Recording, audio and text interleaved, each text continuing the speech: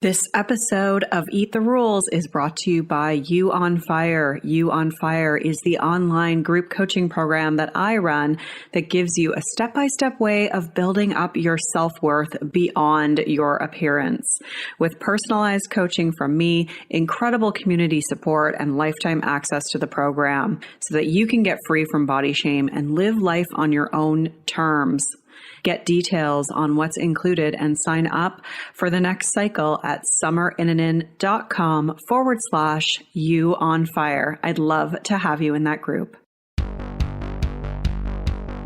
This is Eat the Rules, a podcast about body image, self-worth, anti-dieting, and intersectional feminism. I am your host, Summer Inanen, a professionally trained coach specializing in body image, self-worth, and confidence, and the best-selling author of Body Image Remix. If you're ready to break free of societal standards and stop living behind the number on your scale, then you have come to the right place. Welcome to the show.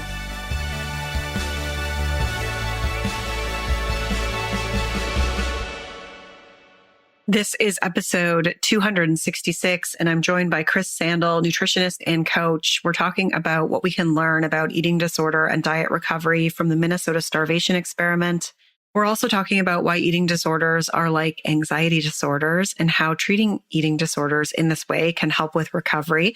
As well, Chris is going to talk about his framework that he uses to help clients heal and fully recover from eating disorders. You can find all the links and resources mentioned at summerinanen.com/266. I want to give a shout out to Lucy Toos, who left this review. Thank God for this podcast. I found you at a time when my support has disappeared and I'm treading water. As an autistic woman with an eating disorder, you have made me laugh, cry, feel deep compassion, and shout out loud, yes, God damn it. Please keep going with the insights and discussions. Huge thanks from the UK. Thank you so much, Lucy. And I hope that you've found more support since you left this review. I really appreciate you taking the time to say these kind words to me. And you can leave a review by going to Apple Podcasts, search for Eat the Rules, and click ratings and reviews and click to leave a review. If you want some free guides from me, I have the free 10-day body confidence makeover at summerinanen.com/freebies with 10 steps you can take right now to feel better in your body. And if you're a professional, like if you're an educator or a coach or a therapist or a dietitian or a personal trainer, if you're somebody who works with people who also have body image struggles, I have a separate newsletter that I send to you, and you can get on the list for that, as well as grab the free body image coaching roadmap at summerinanen.com/roadmap. I'm really excited for today's episode. Chris is really good at diving into the research around eating disorder recovery, and he's always kind of ahead of the game in terms of the approaches that are going to be helpful and what we can learn from the studies that have been done. And today we are diving into the Minnesota Starvation Experiment, which is a study that was done in the 40s, and it's kind of considered one of those like pivotal pieces of research to help us understand what happens to our body when we restrict food, as well as what it looks like in terms of recovery and how we can use that for eating disorder recovery. As well, we're talking about how all eating disorders are anxiety disorders, which is like mind-blowing. So I'm really excited for you to hear that. Chris Sandel is a nutritionist and coach. He helps clients with disordered eating and eating disorders reach a place of full recovery.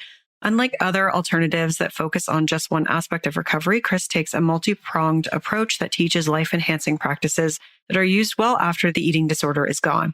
Chris takes a health at every size and anti-diet approach. He helps clients move from a life that's dictated by fear, anxiety, and avoidance to living a meaningful life that is in alignment with their values.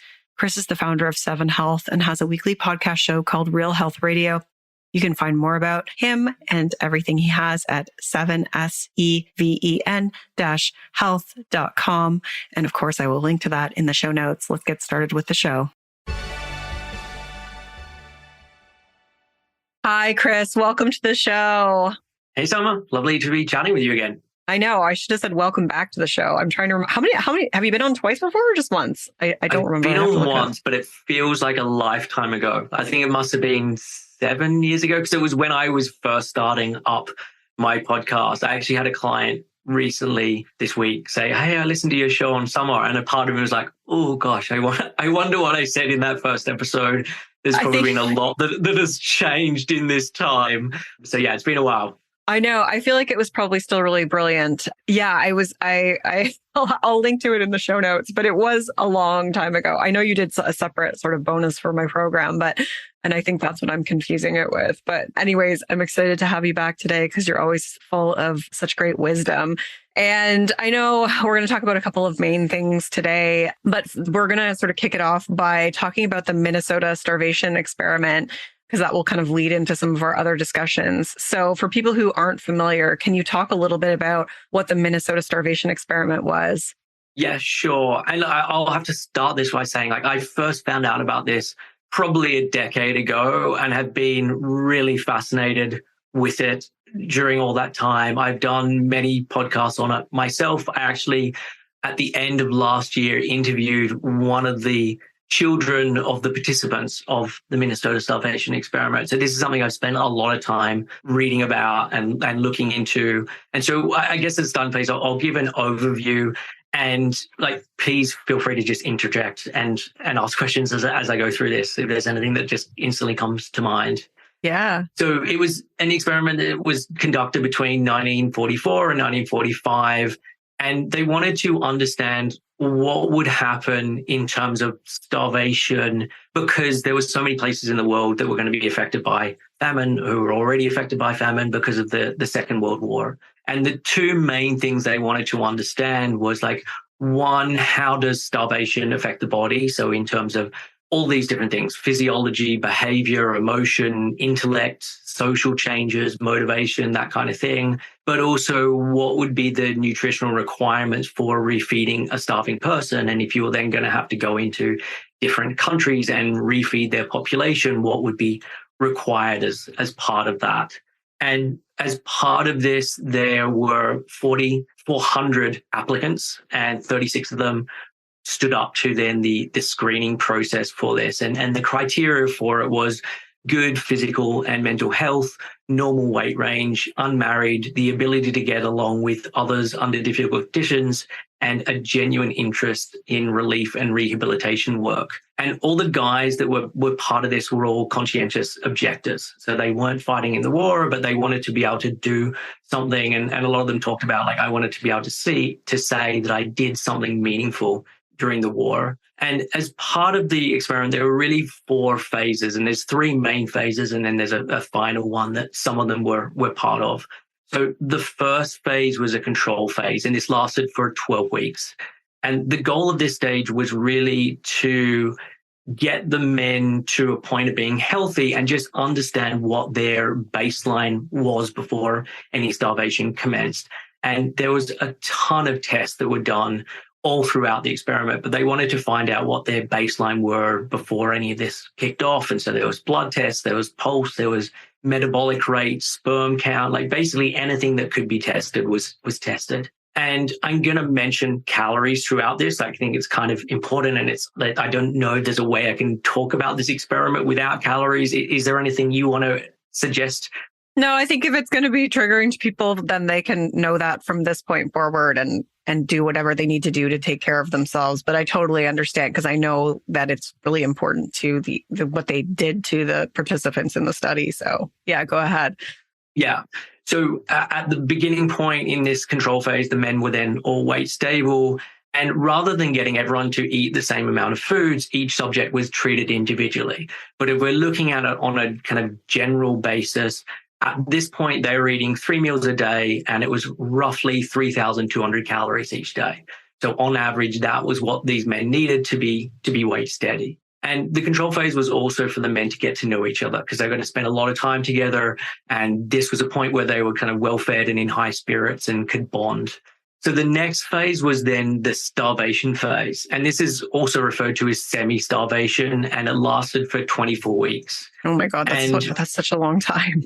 It is a long time. And it's interesting the fact that they say semi-starvation, because on average, they were having their calories cut in half immediately, like overnight. So they wanted to have it be like what would happen when a famine happens because of war or because of some natural disaster, and it happens very immediately. So overnight, the calories were cut in half.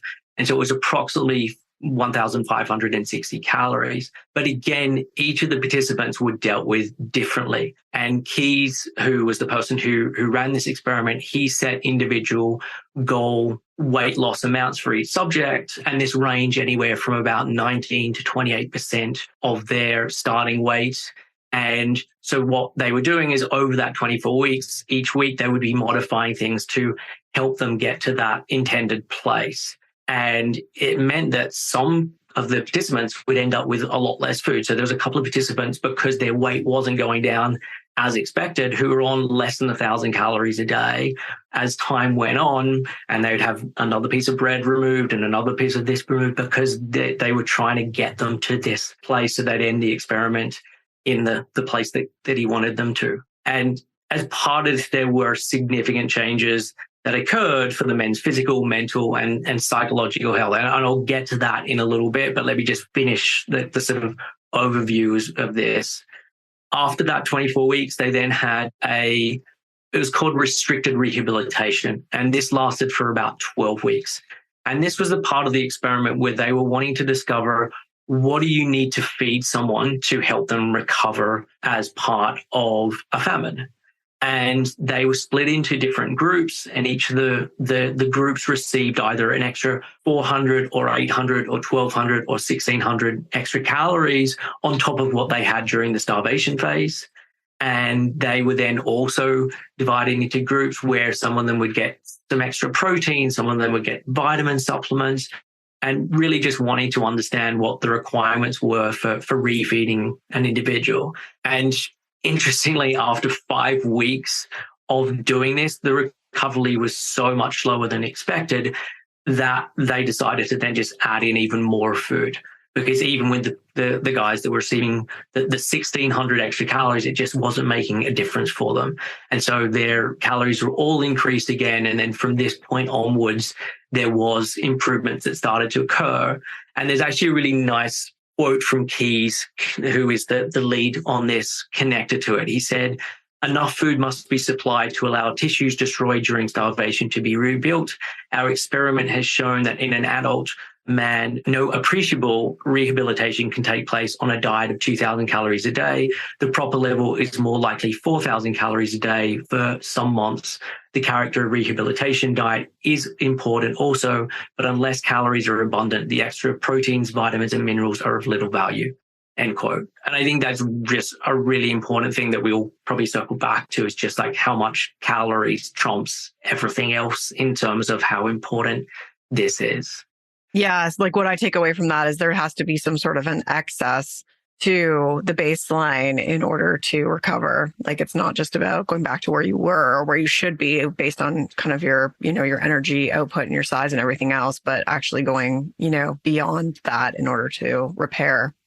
Yeah. And when I'm working with clients, I talk about when you're getting into this stage, it's the equivalent of you accruing debt. And you are then like accruing more and more debt. And so if you're trying to pay off debt, you can't just get in, what do I need for today? You're like, what do I need for today? Plus all of the others that have come before this. And so, yeah, it means that there is a lot more that is needed than the average day. And as Keyes kind of pointed out with this, for the men, it was 4,000 upwards. Yeah. Wow. And so then and then the final phase was an unrestricted rehabilitation phase. And this was only for some of the volunteers. So most of the volunteers, after that restricted rehabilitation phase, that was where the experiment ended. But they then kept on 12 of the volunteers, and they stayed for unrestricted rehabilitation. And this lasted for 8 weeks. And during this phase, rather than them having these set amounts, they were basically allowed to eat whatever they wanted. And it was during this period that the numbers really increased. So during the first week of unrestricted eating, the individual intake was much higher. So up to 11,000 calories a day, averaged around about 4,400 calories a day. Like, it was a lot more food that was coming in. And some of the men were commented that they would have these very large meals and were still hungry, even though they couldn't ingest any more food. And after sort of a number of weeks of calorie intakes being around that sort of 10,000 per day, then they started to level off and they were somewhere around like 3,200 to 4,500 calories a day, although some continued to eat more. And that continued on for 8 weeks. And then after that 8 weeks, they stopped tracking the men. The experiment was over. The men went off and did their thing. And that is the sort of the overview of what occurred as part of that experiment. Yeah, wow. And so like, I'm curious to know, like, because I think this is really important. This research is really important in terms of like eating disorder recovery and stuff like that. But the symptoms in that like recovery phase, what were some of the symptoms and like, how do you kind of see that show up in individuals that you work with? So I think that the part of why this is so important is there's the symptoms that happen in the recovery phase, which I definitely want to talk to, but also the symptoms that happen as part of being in a malnourished state and the restriction part of it. And I definitely subscribe to the biopsychosocial model with eating disorders. And so much of the symptoms that arise with eating disorders is connected to malnutrition and connected to the fact that the body just isn't getting enough of what it needs. And that this then leads to physical and behavioral and psychological changes. And this is why this piece of research is so useful. And so often I've done a really long podcast on this, and often I'll share this with clients to have a listen to kind of get a sense of like, how much does this match up with my experience? And so what I can do is I can go through a lot of the symptoms that the men started to experience while going through the semi-starvation phase. And then we can sort of look at what happened as part of the recovery. Yeah, sure. So in terms of the physical symptoms, they had decreased pulse. So their average heart rate was 55 beats per minute beforehand. And then during the restriction, it dropped down to 35. Their heart actually shrunk by 17% on average. Their blood volume dropped by 10%. They had low blood pressure and dizziness and vertigo. Some of them experienced blackouts. Their metabolic rate plummeted by as much as 50%. They had to take pillows with them to sit on because it hurt so much to sit down. Had increased sensitivity to cold. So they were all wearing much heavier clothes and lots of layers and drinking hot drinks, and like a hot shower was their highlight of the day. They had increased tolerance to heat. So they'd have really hot plates and they'd ask for really hot food and tea and coffee, and their caffeine consumption increased. So when their coffee intake hit 15 cups a day, they set a 9-cup limit because they were just trying to drink so much to get that sensation of feeling full, and they drank tons of water as part of it. Some of them started to smoke to try and stave off hunger. A lot of them chewed gum as a way of dealing with it. And there was some who were up to like 40 packets of gum a day until, again, they had to set a limit of, okay, you're allowed 2 packets of gum a day. They just developed strong cravings for salt. They became obsessed with food. And it really became their principal topic of conversation. And their thoughts were about it. They read books about it. They collected cookbooks and menus and any information about like food production. Many of them said that they wanted to be chefs and open restaurants when it was over. They started to lick their plates and have lots of different bizarre rituals connected to their eating. They would try and subvert their desire for food by other hobbies. And so they could collect things, they would hoard things. They really didn't like any kind of physical exercise, and they spent as much time lying around to keep warm as they could. There was a lot of loss in terms of their strength. They had a real decrease in interest in sex, and their sperm count dropped down a lot during the experiment. There was obviously no females as part of the experiment, but the female equivalent is anovulatory cycles where you're having a period but not ovulating, or hypothalamic amenorrhea where menstruation completely stops. They had low red blood cells, so anemia. They had lower white blood cells, so their immune system.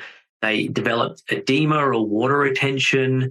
Their hair grew slowly and fell out, and their nails stopped growing. They experienced frequent urination in the day and the night. They became constipated. They went from going once a day to once or twice a week. Cuts and bruises would heal slowly. They'd have muscle cramps. Sleep became really interrupted. And then from like the mental side of things, they did a thing where it's called the Minnesota Multiphasic Personality Inventory. And it's a test that looks at different aspects of mood and personality. And they did this before the experiment and then during the experiment. And there were lots of scores that they would look at, and scores connected to hypochondria and depression and hysteria all increased, and it became known as this semi-starvation neurosis. One of the participants cut off 3 of his fingers with an axe during the experiments, and the week before he'd dropped a car on his hand and then put it away at just the last moment, and it crushed one of his fingers. So it had a huge impact on him. There was loss of ambition and increased depression, people spending more time on their own, even if they were extroverts, more irritability, concentration, and judgment and comprehension and decision-making became impaired, increased irritability and rigidity. So, I mean, the list goes on, but I think that probably gives you a fair indication of just some of the changes that started to occur in these guys as part of the restriction. Yeah, totally. And then so what happened in the recovery phase, like with the symptoms? Like, was there still that obsession with food for a long time? Like, I guess, yeah, what do you notice there? And especially like as it relates to, people that you work with when they're recovering from an eating disorder? So I think the biggest thing that I think is useful to see with this in terms of recovery is the body really has a hierarchy of how it recovers, and that it goes about things in an order that someone, if they were getting to choose it, would possibly choose something differently. And this is always a conversation I have of like, yeah, I understand this is what you would like to have happen, and I really get how much of a challenge this could be. And this is the way that the body heals as part of this. And the thing that is kind of the standout is that the body prioritizes fat gain and weight gain really above all else to start with. So obviously, as part of this, your body has to repair all the tissues and organs that have been damaged as part of this, but that's just not where it starts. And there is a prioritizing of fat gain. There's a prioritizing of fat around the middle, and this happens in much higher amounts than in other places. And so, for an example, at the point at which the body fat percentage matched the pre-experiment levels, the guys were still much lighter than when they started. And when their lean mass was back to pre-experiment levels, their abdominal fat was like 40% higher than when they started. And so the body just has a way of prioritizing these things differently. And look, as time went on, and when that lean tissue then reached the pre-experiment levels, this was when the weight gain typically started to level out. And then with time, it started to drop down. But that's just the order of things. And I do want to make just like 2 notes with this. Like, one, like when I talk about fat levels and lean mass and all of this, I'm doing so in a neutral way and just explaining what happened. It's not like I think that it's bad that the body prioritizes fat gain or that it's a good thing that fat levels then came down. It's like just simply explaining the physiology of what happens in terms of the healing. And then the other one with this is just it takes time. And I think that this is a really important thing to remember and understand, because in the study and the way it was presented by Keys, it was as if everything was resolved within a year, particularly around the weight changes. But with subsequent, there's been other research that's done since this study. They've interviewed the guys. There was a great bit of research. They interviewed the guys many, many decades later. And what it turns out is it was really about 5 years for total restoration, or up to 5 years. And the average is about 2 years. Mm-hmm. Well, and what's different about this too is that these guys like did it as part of an experiment. it wasn't like they didn't have the other, like psychological factors that would trigger an eating disorder in somebody else, as well as the cultural like component of fat phobia influencing their beliefs. Like, not to say that didn't exist back then, but I think that, recovery is even harder when you're, like when you're outside of that experimental setting, because you've got all these other factors that drove you to have those behaviors in the first place. 100%. I totally agree. And that's the thing, that there are limitations with this. Like, all of these guys were white men who are in their like between 22 and 33 years of age. This hadn't started when they were in their early teens. Like, this was like, yes, their food was restricted and they lost a lot of weight, but this was a very acute thing that happened over a 24-week period. It's not something that has gone on for years and years. And as you said, like, there's all these other influences that weren't there. Like, none of the guys developed an eating disorder through this. Like, they were all counting down the days for this thing to be over. And they were doing the minimal amount of exercise that they were required to do as part of the experiment. They weren't doing anything extra. Like, they were waiting for this to be over. And so that's a whole different experience to someone with an eating disorder. And so I think the value of this piece of research is just to be able to look at how much restriction in and of itself has an impact on physiology and psychology and behavior.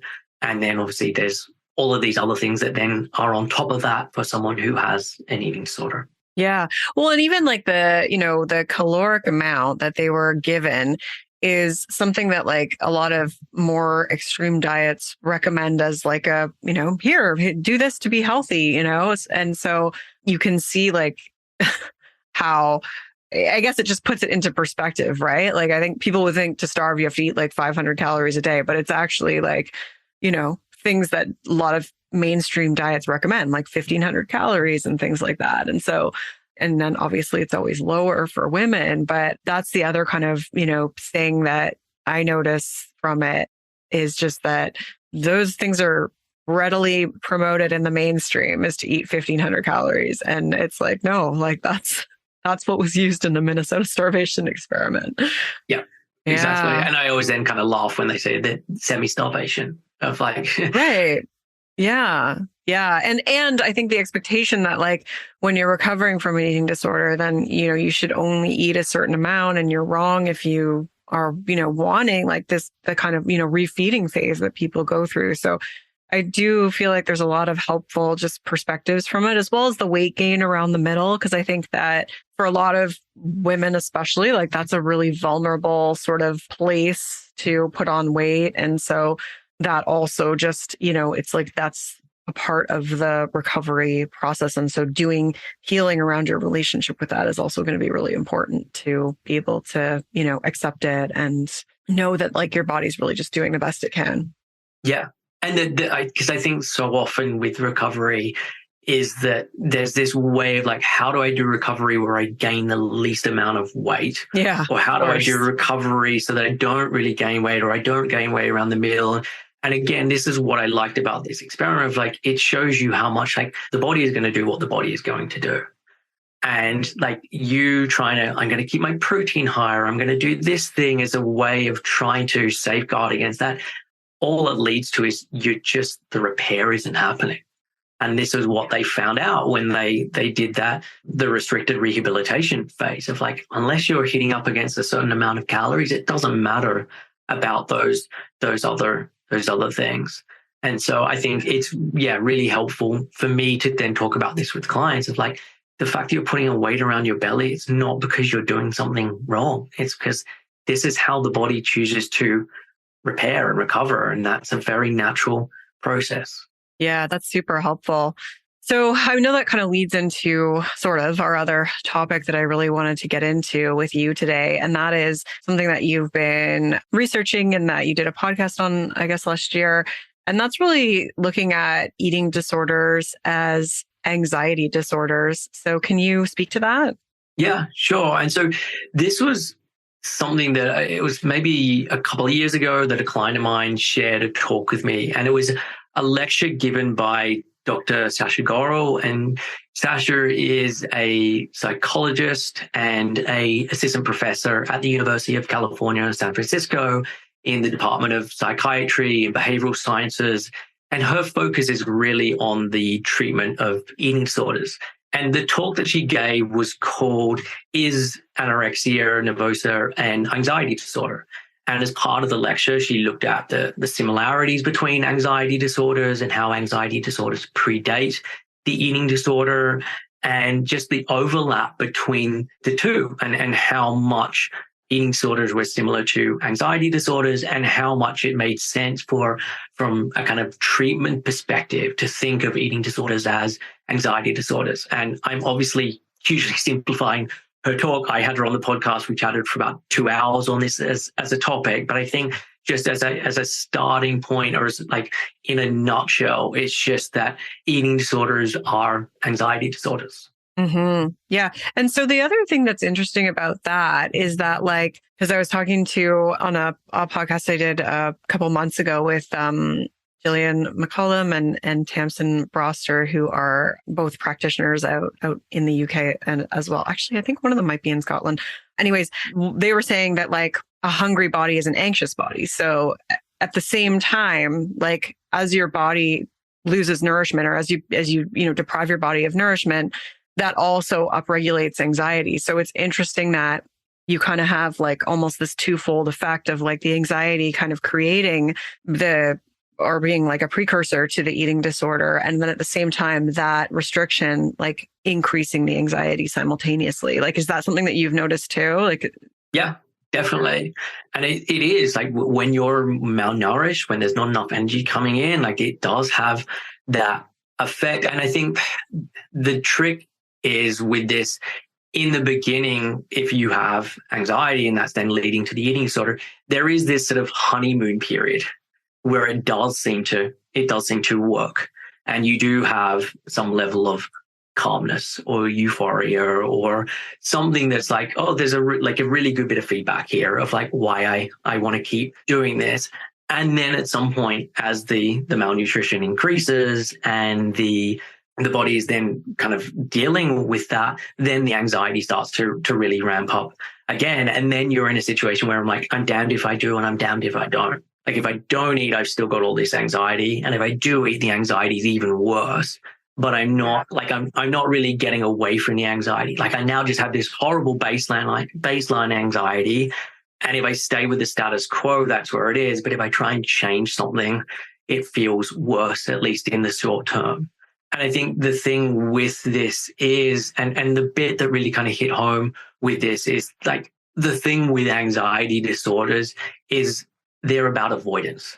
And this is true whether like we're talking about OCD or whether we're talking about an eating disorder. Like you are trying to avoid something, whether that is a particular feeling, a particular thought, etc. And so I feel uncomfortable when I think about eating cake, for example, and so I don't eat cake. Or it feels uncomfortable for me to have breakfast, and so I now don't have breakfast. And the tricky thing with this is avoidance begets more avoidance. And this is definitely the case with an eating disorder, is you're constantly creating this new normal, and a new normal in a very unhelpful direction. So if yesterday I did X amount of exercise and that was an increase from the day before, this now becomes my new norm.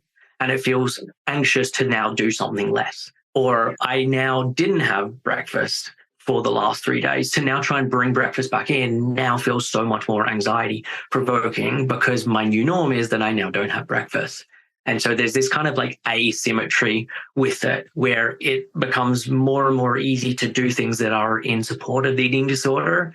And it's more and more anxiety provoking to do something that is then different, to move in the opposite direction. And I think that really ties to body size and the way someone feels in their body. It's like if they gain a little bit of weight, that is extremely anxiety provoking. And so therefore they're trying to avoid that through the restriction. So then that drives those restrictive behaviors with the food as well. So it's like, yeah, I can see that with clients, like just that, that panicky feeling that comes if you notice any changes to your body. Yeah. definitely.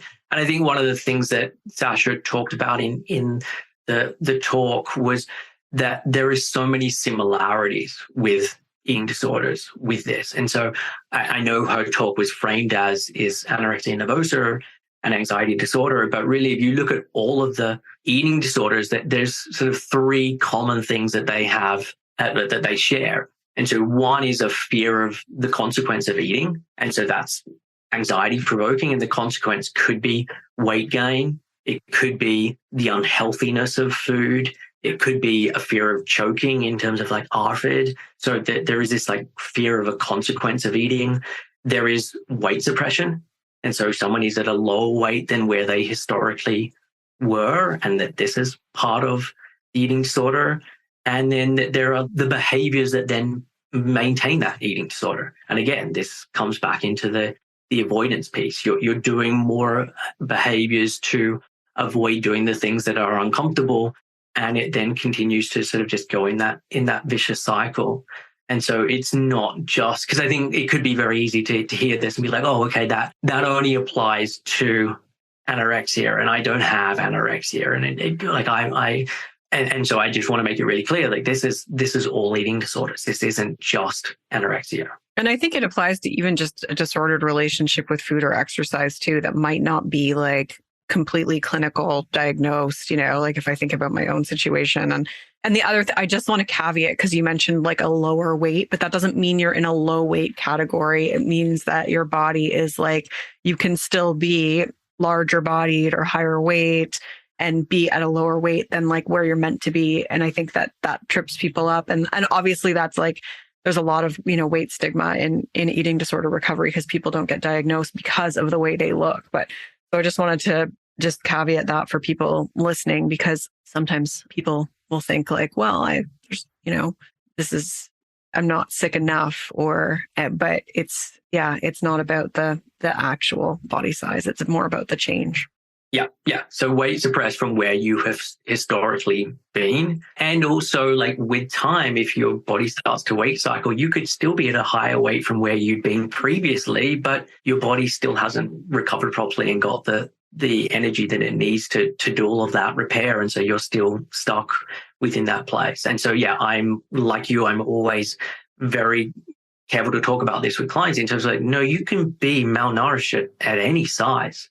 Like if you're not taking enough of what your body needs, you don't have to get to a place of being emaciated. And most people don't even get there. Like the majority of people, even if we're looking very specifically at anorexia, the majority of people who have anorexia are not diagnosed with, they're diagnosed with atypical anorexia, which is anorexia in a higher weight, or at least a weight that's not what we stereotypically think of as anorexia. Yeah, absolutely. So I know we wanted to talk about exposure, but I also wanted you to talk about your framework. I'm assuming maybe exposure is part of your framework. So yeah. So maybe we'll just go right into your framework then, and you can tie the exposure into that. But so you've developed your own framework for this, like that's really kind of, influenced by the notion that eating disorders are anxiety disorders, as well as what you've learned from the Minnesota Starvation Experiment. So I'd love you to share, like what that framework is and walk us through it. Yeah, sure. And just in terms of the exposure piece, I will just, before I talk about the framework, I would just say that the gold standard for how to deal with anxiety disorders is exposure. And so it is doing the thing that you're afraid of. And so, that's how you deal with that. And so, yes, I've come up with a framework, and this is how I work with really all clients and helping with recovery.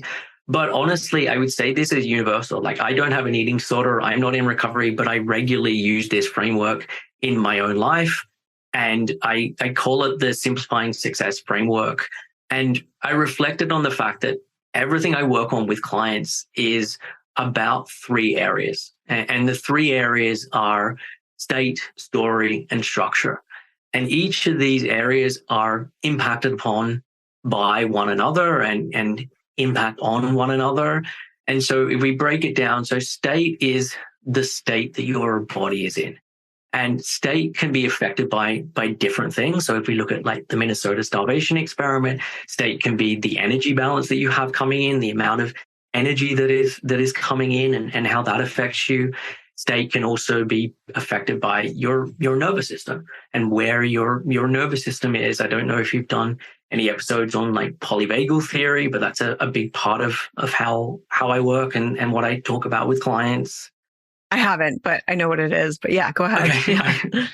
Okay, cool. And state can then just be different symptoms that are occurring and where someone is in terms of recovery and healing and that kind of thing. So state is one thing. Then story. And story is really all the thoughts that you have, the beliefs that you have, the perceptions that you have. It can be the emotions and sensations that you feel. So really the information and feedback that you're getting from your mind and body, and what your level of discernment is with these things, how much you're able to kind of take this on board, how much you're able to create distance between these things.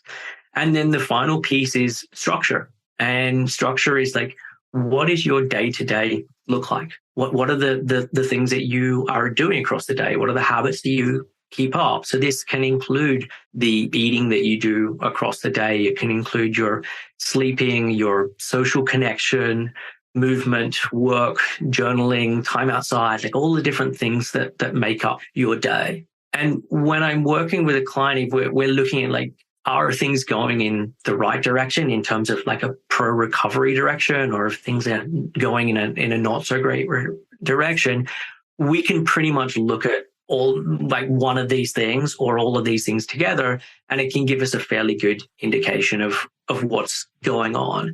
And kind of the thing that connects all of this is taking action. So if someone is moving in the right direction, they're taking action. And if someone isn't, there's avoidance that is occurring. And so I can kind of give an example with this, just to kind of clarify it a little bit. So for example, a client is saying, okay, I'm wanting to make a change. I'm going to set the goal at the fact that I'm going to start to include breakfast, or I'm going to make my breakfast bigger than I've been having. And that's the goal. And then they wake up on that morning, and maybe there's some thoughts that start to arise in them about, okay, should I do this thing? I don't know. Maybe they can feel that there's a shift in their nervous system, and they're becoming more panicked or more worried, or there's more of a kind of fight or flight connected to that. And then in that situation, they choose not to have their breakfast that they said they were going to have as part of that. And so in that situation, their state is affected because they're now not getting the energy coming in as part of that choice. It's affected the structure of their day because they're now not having that breakfast. They had certain thoughts that came to mind, and they then became hooked by those thoughts and followed through on the thoughts that the eating disorder generated. And it then kind of just led to that chain of events.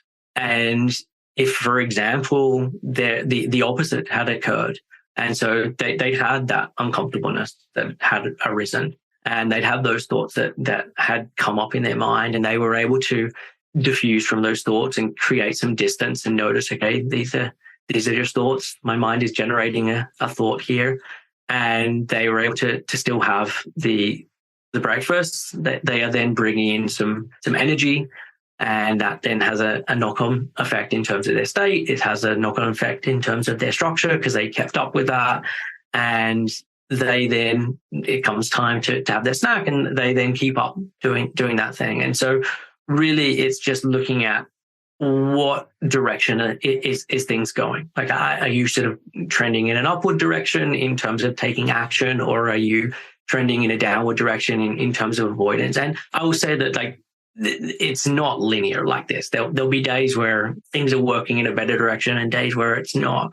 But it's just a way of starting to look at, okay, if things are not going so well, let's have a chat about what's going on from a state perspective. Let's have a chat about what's going on in terms of your stories and the kinds of thoughts that are coming up and the kinds of feelings that are coming up. Let's have a look in terms of your structure and what's getting in the way of that, or what's been happening across a day.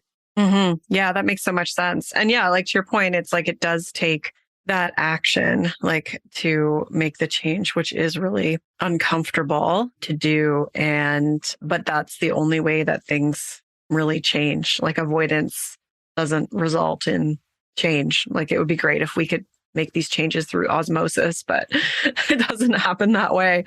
Yeah. And I see that. And for people to then be also like, a lot of what I'll focus on is then like self-compassion, and to be having compassion for yourself when that is difficult. And so, yes, as I said, it's not linear. And you're right. Like one of the things I say a lot to clients is, you don't think your way into acting differently. You act your way into thinking differently. Mm-hmm. Like I am very much a big proponent of like, you take action and you do it again and again, and your beliefs start to shift, as opposed to, I'm going to change my beliefs in advance and then I will start to do this thing.